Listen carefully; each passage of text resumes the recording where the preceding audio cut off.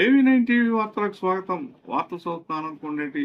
పశ్చిమ మధ్య వాయువ్య బంగాళాఖాతంలో కేంద్రీకృతమైన తీవ్ర అల్పపీడనం సోమవారం రాత్రి వాయుగుండంగా బలపడే అవకాశం ఉందని విపత్తుల నిర్వహణ సంస్థ మేనేజింగ్ డైరెక్టర్ ప్రకాష్ జైన్ వెల్లడించారు.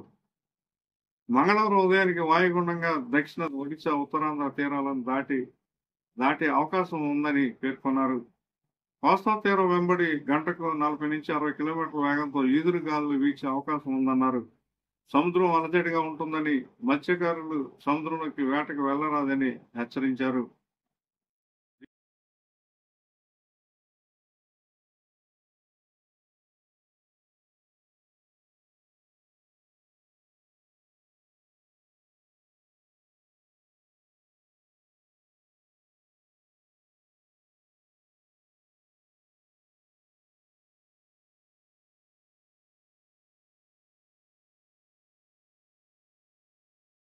దీని ప్రభావంతో మంగళవారం కోస్తాలో చెదురుమదురుగా భారీ వర్షాలు కురిసేందుకు అవకాశం ఉందన్నారు. అల్లూరు సీతారామరాజు, ఏలూరు, ఎన్టీఆర్ జిల్లాల్లో అక్కడక్కడ మోస్తరు నుంచి భారీ వర్షాలు కురిసే అవకాశం ఉందన్నారు. మిగతా జిల్లాల్లో తేలికపాటి నుంచి మోస్తరు వర్షాలు కురిసే అవకాశం ఉందని ప్రకాష్ జైన్ తెలిపారు. భారీ వర్షాలు, బలమైన గాలుల నేపథ్యంలో శిథిలావస్థలో ఉన్న భవనాలను గోడల వద్ద ఉండరాదని హెచ్చరించారు. ప్రజలు అప్రమత్తంగా ఉండాలన్నారు.